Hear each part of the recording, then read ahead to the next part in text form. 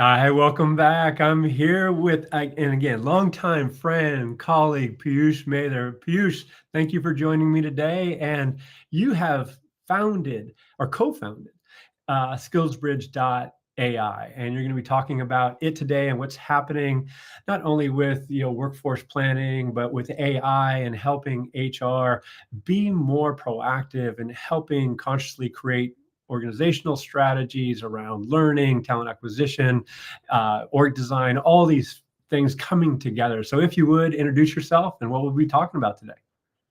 Absolutely. No, thanks, Al, for the invite. It's so good to be with you again. Just quickly about SkillsBridge, we are trying to solve, I think, one of the biggest paradoxes of our times, which is enterprise cannot find the skills they need, while people can't find the jobs they want.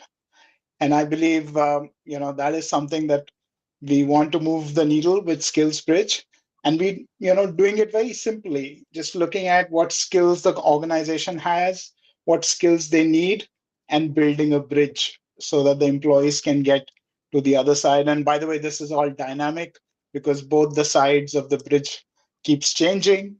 And that's that's what we are trying to do. Very excited to be here with you and to be developing this startup together with two co-founders, Kaushik and Rakesh. We are having a lot of fun, Al. Just one other thing I would want to say about the future of work and the fact that you've invited me onto this forum. Um, I do believe that the future of work is not in the future; it is happening now.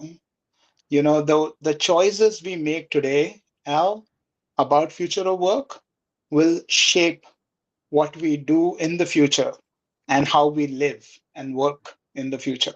So, for most organizations, I would imagine for them to survive in the next decade, it's going to be a symphony of intellects where we will have to look at an intelligent workforce. On one side, really looking at the human emotional intelligence, and on the other side, looking at the machine analytical intelligence. And when you combine them out, this would be bigger than the sum of its parts. So I'm very excited, as SkillsBridge to be partnering with you on the future of work project, which is such a critical thing to be doing now so that we can shape the future.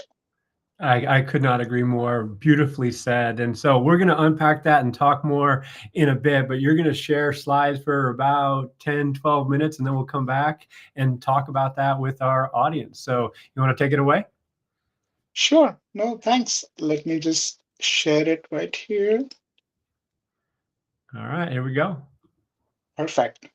All right. Yeah. Let me introduce a little bit about SkillsBridge, but the best way is to look at the context in which the skills landscape is changing. And Al, because bridge is in our name, we always look at the bridges. So let me start with the Choluteca Bridge in Honduras. This was a bridge built in 1998. This was built to last state of the art. It is currently the only standing replica of the Golden Gate Bridge. Uh, After this was built, few months later, Hurricane Mitch came. It was a Category 5 hurricane, and obviously the water was all over. The roads that were going in and out of the bridge were completely destroyed. And that can be reconstructed, so it was not much of an issue. The bigger issue was that the water bed of the Choluteca River actually changed course. Now it was not flowing below the bridge, but it was flowing after the bridge ended. This bridge is now standing and is leading to nowhere. This is now called the bridge to nowhere.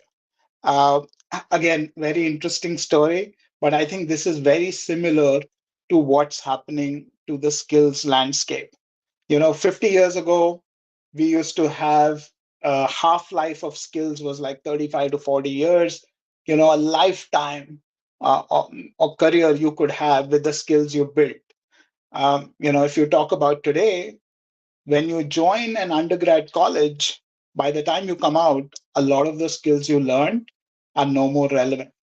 a lot of that half life of skills is now down to 2.5 years. And this landscape is changing so rapidly.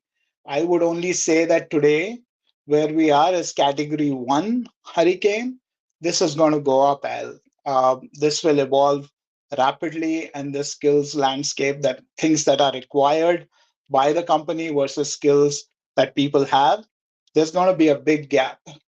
And that, solutions that we have today are really running out of date. Things like, going out and hiring is now becoming unsustainable because of the high costs of hiring, of course. It takes a lot of time to get the skills you really want. And many times I've seen this, that, the first year attrition in a company is very high. A lot to do with cultural mismatches. So you land up with somebody that does not fit into your organization. Either the person leaves or you actually have to let the person go. So this solution has not worked that well.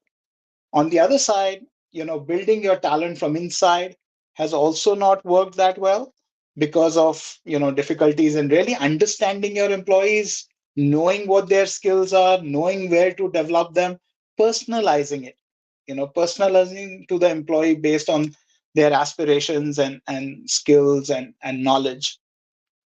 So both the solutions are not delivering the way we would like it to be.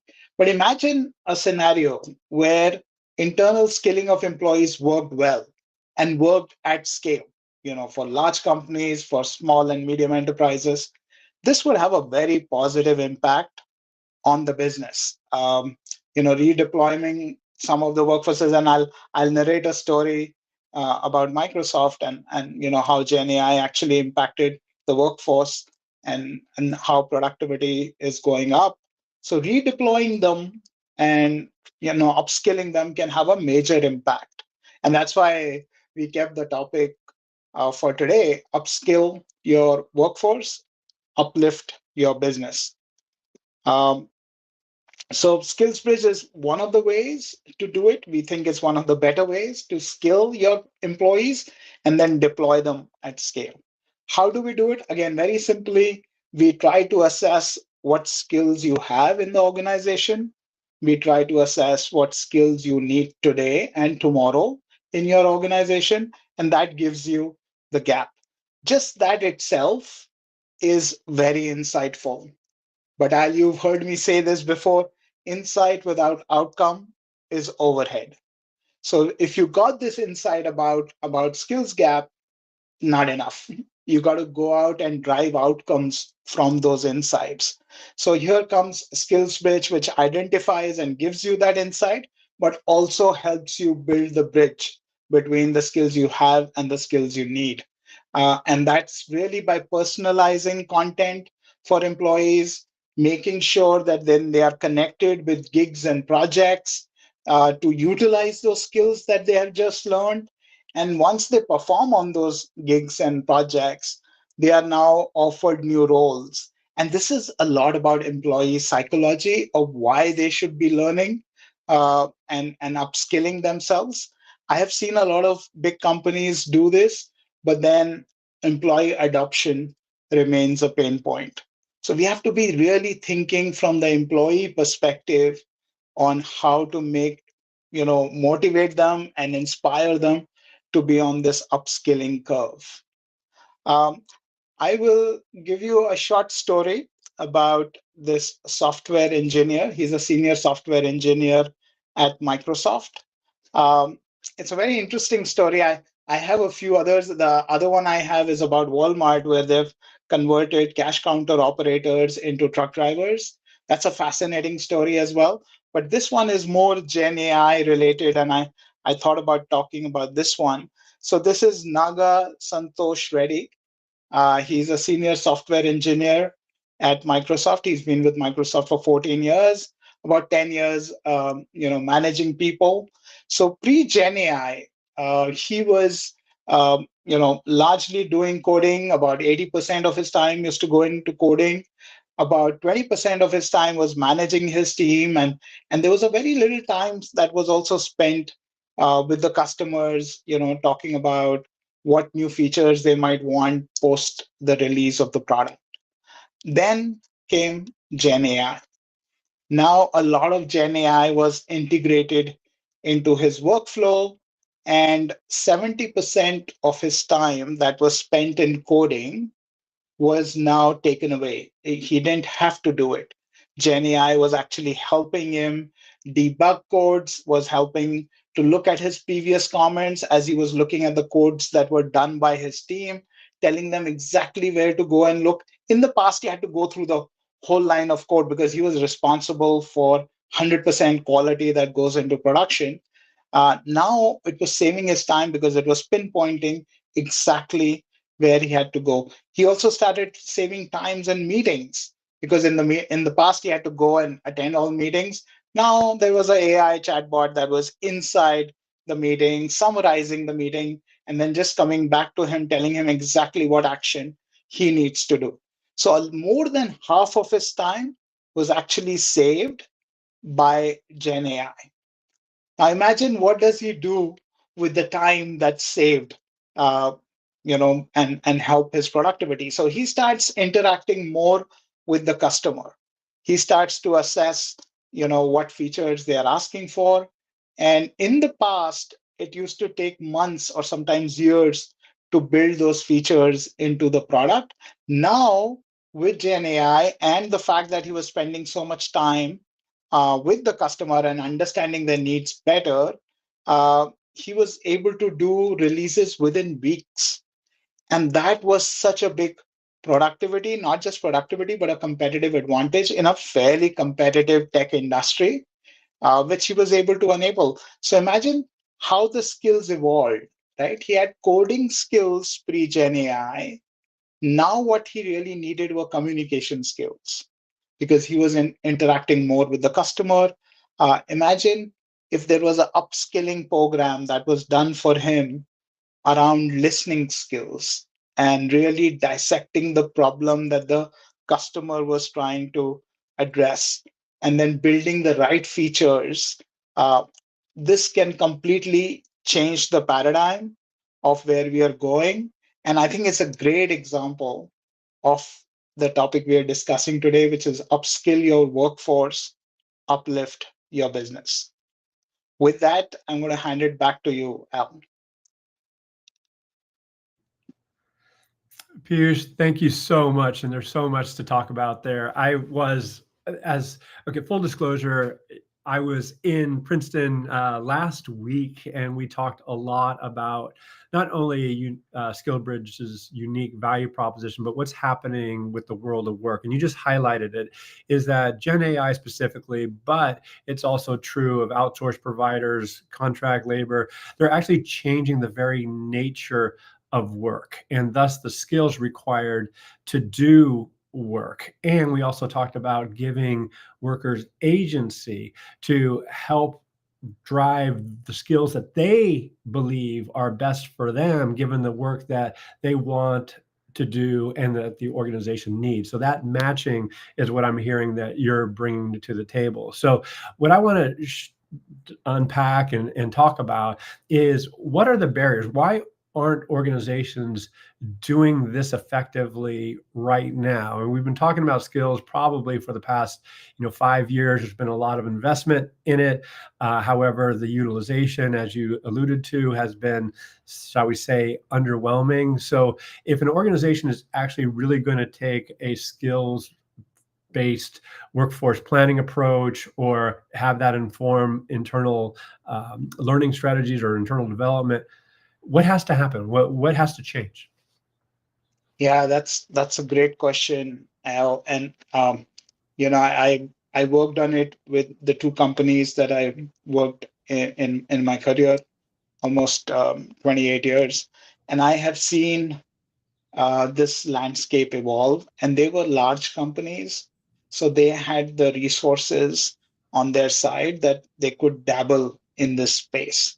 So, they looked at the skills taxonomy, they revised their job architecture. It was a lot of heavy lifting before they got to the point where they could really help employees look at their aspiration, decide their career path, and then take them along that path. and upskill them, and then, of course, deploy them in the right places. It was a lot of effort that was required. And, big companies have dabbled into it. One pain point that still remains is employee adoption, that you have made all this effort, but if the employees don't use it, then it was worth nothing, right? Right. So that pain point has still remained among people, who are using a lot of platforms. And that's why we are coming at it from an employee psychology, not just technology. I think that's the differentiator there.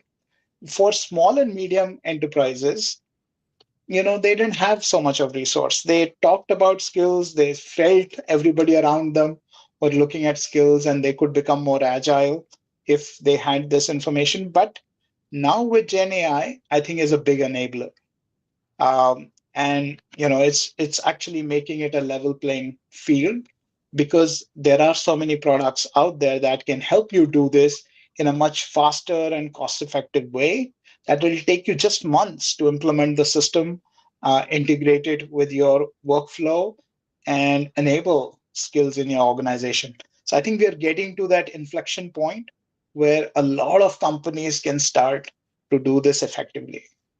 Yeah. Well, again, thank you for sharing that. And I want to talk about a very basic element that you've addressed, is that in your example, yes, the very nature of work is changing for that software engineer at Microsoft. The very nature of work is changing for HR as well. And understanding how work is changing is going to inform job descriptions, which is effectively marketing a job externally and potentially internally. So that is dynamic and has to be continually updated. So what is SkillsBridge.AI's solve for that? Because I understand you help put together job descriptions leveraging AI, yeah? Exactly. Exactly. And again, we've spoken to so many CEOs and CHROs, Al. This is one pain point that is cutting across organization. And that pain point is really around, my job descriptions are outdated. They've been there for years. Jobs have evolved. They have not been updated. They are not stored in one place that I can have access to, the next job that I am opening. Sorry. Didn't hear anything. I am going to shut my phone down. Just give me a second, Oh, because good. it might just ring again. Okay. This is what's fun about live programming. Yeah. All right. So, um, just one second. Let me get back. Yeah. So we were talking about, the pain points of the job description. So it's not modernized. It's not stored in one place that I can have easy access to. It's not, the most updated. It's not cutting edge, best in class, because industries have moved on, but your job descriptions haven't. And what we are trying to do is to take your existing job description, build a job library for you, for the enterprise. So all of your jobs are updated, but that's not it. I would want to understand, in my industry, what are my competitors looking for? What are the skills that they have that I am not looking for? So it also gives me a good comparison, a source of competitive intelligence within my industry. And that, I think, would be a good value add. And of course, we built a framework around it, making sure that it's not just skills related to tasks, it is also the knowledge related to the context in which the company works. So it becomes very customized for you, and it's a possibility that you can do this in the Gen AI world. Yeah. I get really excited about this value proposition coming to life at scale, not only within an organization, but across companies, because it's going to benefit the organization. It's going to mitigate risk in terms of hiring and investing in internal development strategies. So one of the questions that have come to mind when this concept is brought to the fore is, how do you ascertain whether or not somebody has a certain skill within an organization? systematically. And from an individual perspective, how do I how am I able to calibrate my skills relative to the expectations of the employer or others within a particular organization or even the market at large? Yeah, I mean that's the $1 million question, right? So how do enterprises figure out what they will need? We actually look at a lot of the context in which they work, see how that industry is evolving. You factor in all of that to tell them this is where it's moving. And hence, like, we just took that example of coding skills to communication skills for the same person, how they are evolving, what will be needed in the future for them. So that's the path that we are able to carve out for the company across all their roles. But now you also asked a very important question about the individual. If I was Naga Reddy as a senior software engineer at Microsoft, I would have expected the company and the systems that reside in the company to come and tell me that your listening skills are getting important. That's the gap I see, that you have been very good at coding, but you know what? The listening skills will be more important as you are doing more and more of customer interaction. So here's a course that's really not about writing codes or even written language, but it's more about listening skills. It's about asking good questions. It's about going to the root of the problem that the customer has, not just addressing the new feature they're asking, but really understanding the underlying problem. So imagine that came to Naga Reddy, how prepared he would have been for that discussion. Yeah, I love it. And there's a scoring system around this too, right? Not only elevating the visibility of a particular skill, but how someone rates, which has been difficult to say the least for many organizations. Can you speak to how you solve for that? Yeah, that's, and not just in the job description, but just about everything on our system is, rating it, how the job description got better, how your skills are progressing. So you did this learning program, you worked on this project, oh, your skill proficiency went from 3 to 4. Or now you have these skills, you've proven them on projects. Here's a role that opened up, you're a 80% match. And one thing we learned in this, Al, was it's not just about trying to get you roles and trying to get you projects. It's also letting you know how your peers are doing. Mm. So if that sometimes is a good motivator too, to say that on a particular listening skills, Naga Reddy, I am much lower than my peers who are doing a similar role. That should probably also be a good motivator. So that we have kind of added in the system, looking at all sides. So it's once you do the learning course, this is the project that you can work on, show your skills hands on, and then here's a role that comes to you because now you have developed this skill. But guess what? If you didn't do the upskilling course, then your peers are moving ahead. So all that knowledge goes to the employee. Hugely valuable because now I know where I'm positioned within the organization. I can be inspired or challenged as the case may be, but I know my time investments and my learning is for a purpose. It's going to be rewarded. So, again, I can prioritize, and that benefits me and it benefits the organization. So that alignment is absolutely critical. One of the things you've been not only an HR leader, but a business leader throughout your career. And again, we've talked about this, how this is going to add value to the business, commercial success, all these good things. My question is, we've talked about learning, we've talked about talent acquisition, we've talked about, org design and, auditing skills, which facilitates workforce planning. Who is the actual buyer, user? What's the governance? Let's say, this process is flowing really well. What has to happen from a leadership perspective to ensure all the processes that this can affect are in fact being positively affected? Yeah, great question.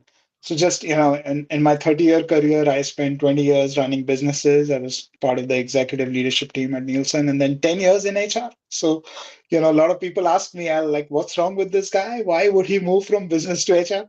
But, it was always about unlocking the power of people. And, I'd done a lot of analytics as the Nielsen leader for our customers. So really combining that analytical power with the passion for people, and that's how I moved into the HR function. Uh, exactly right. I mean, how will this work?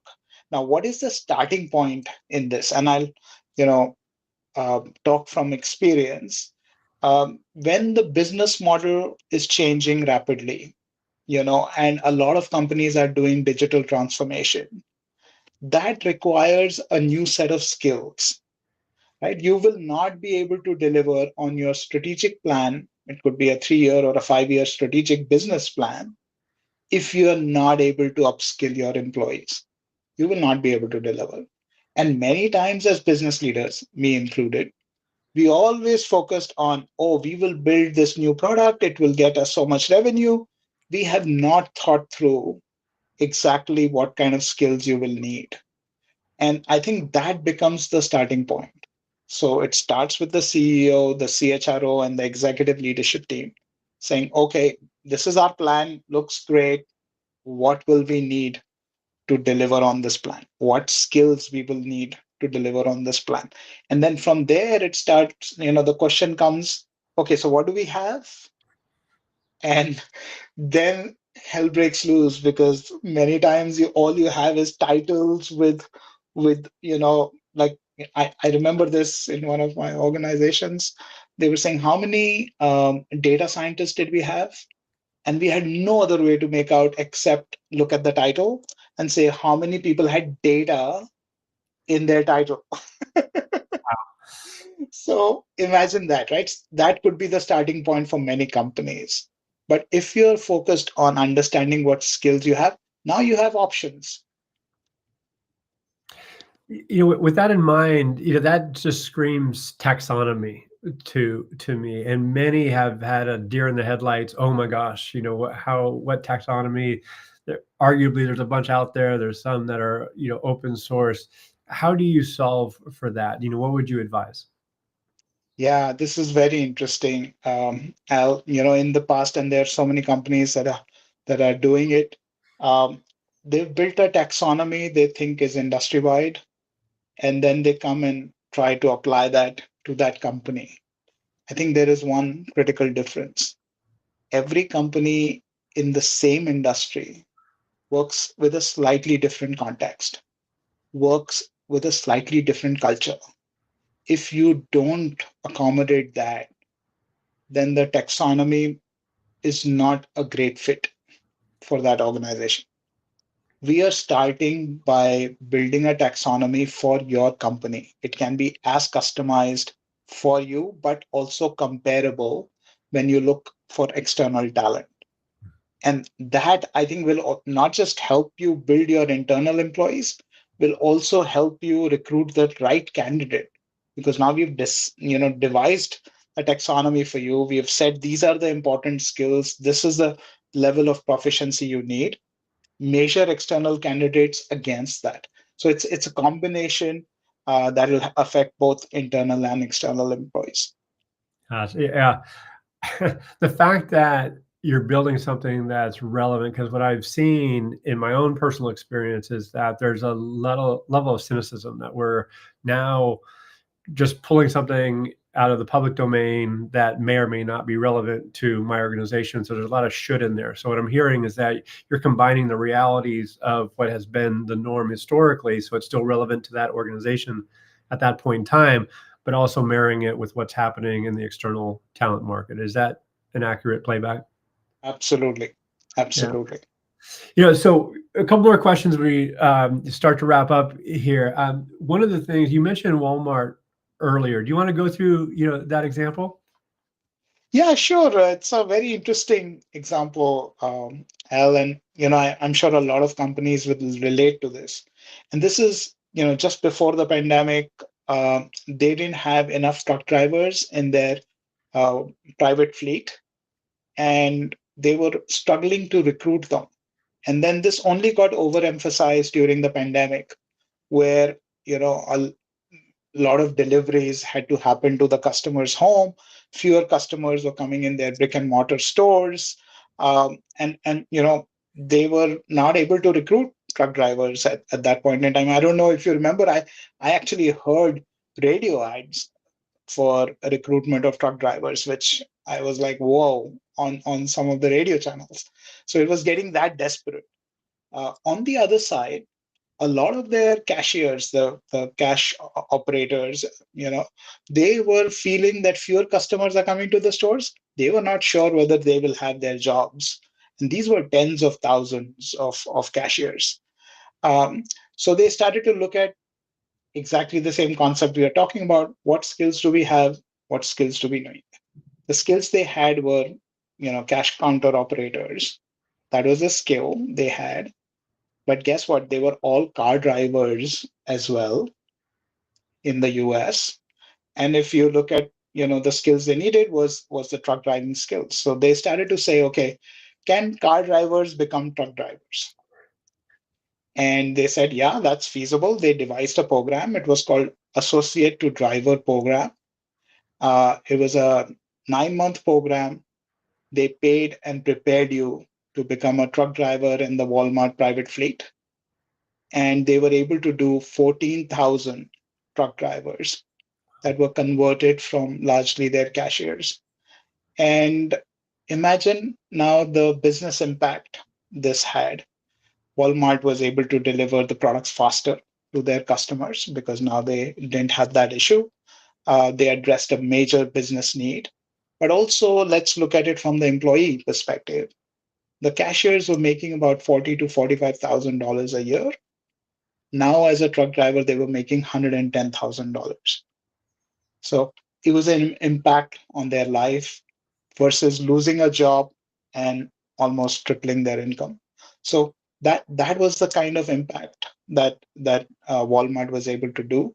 I think it's a great story of looking at um, adjacent skills that can be upskilled to deliver on a business need. And again, right to our example about, upskill your workforce, uplift your business. I think it's right down that alley. Yeah, thank you for sharing that. And it takes a level of creativity and, in my view, stepping into the complexity, because many say, oh, God, it's overwhelming. But that's our job. That's something that we have to embrace. And the benefit, to your point, is not only to the worker, it's to the organization as well. I have one more question, but I want to sneak this in because Phoebe asked, going back to the taxonomy, how do you create that taxonomy? And I imagine she's referring to from the internal legacy job description. So what does that look like? How is that done, Piyush? Yeah. So, and there are different ways of doing it. I'll tell you a little bit about what we are doing, which is where we think there is a differentiator. It's more customized. So we are looking at all possible data sources that are out there. And I'm sure, ONET is one of them, one big data source. In fact, we have Peter Capelli, who is our advisor. He's the director at Wharton. He was actually the founding member of ONET. So he's got a lot of insights about how it was built, how it was evolved. But then there's ESCO in Europe. There is, interestingly, a really good database in Singapore, which is guarded by industry, the whole taxonomy, which essentially means each skill, the definition, the proficiency level of that definition, of that particular skill. So it's got all of that. We've taken that, all of that information, we've trained our models, and we have talked about each industry. So being very specific to that industry, we have looked at the context of the company. So there are a few customers that we are working with.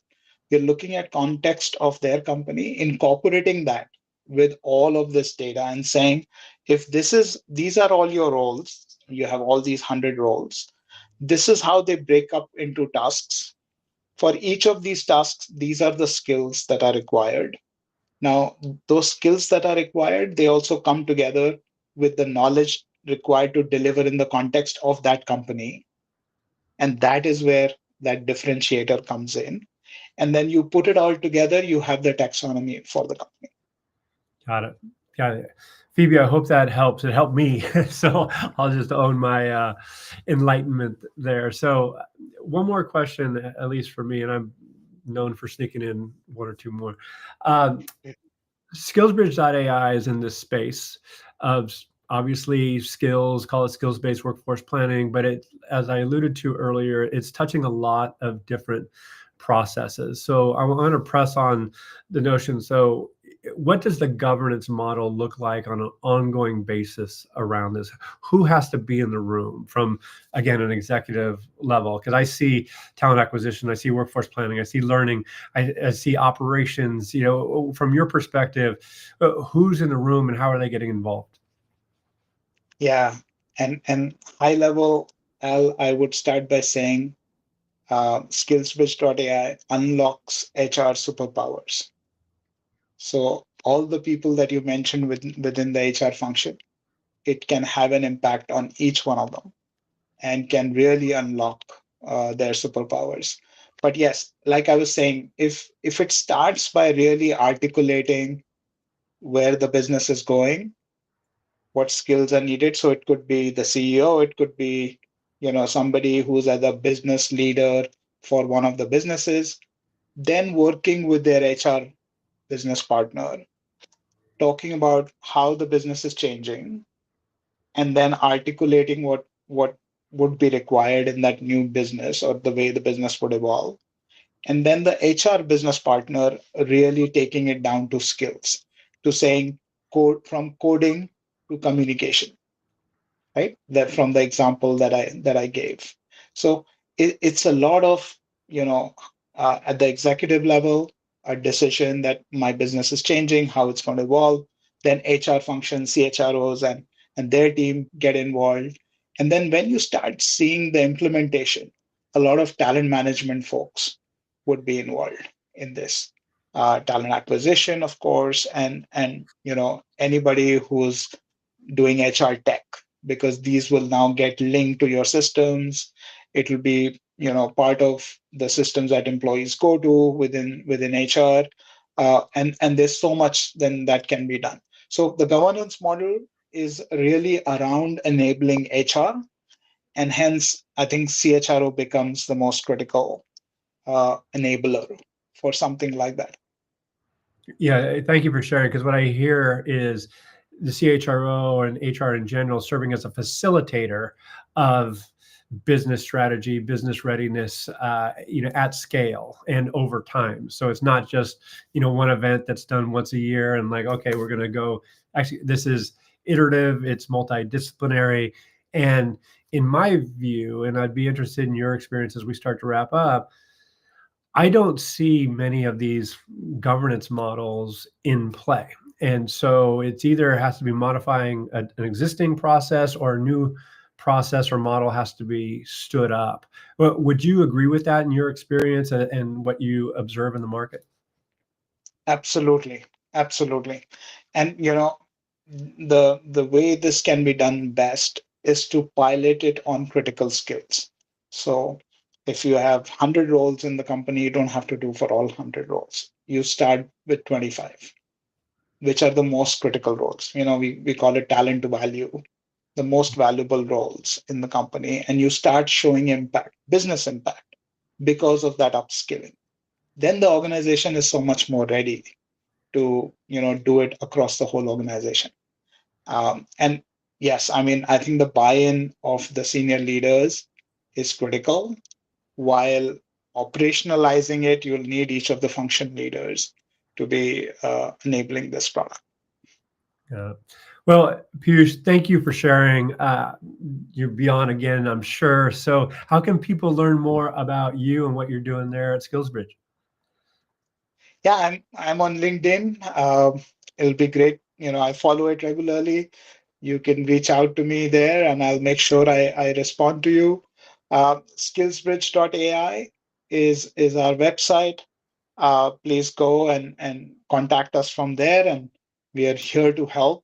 I would also, end by saying that SkillsBridge higher purpose is to enable people to live better lives.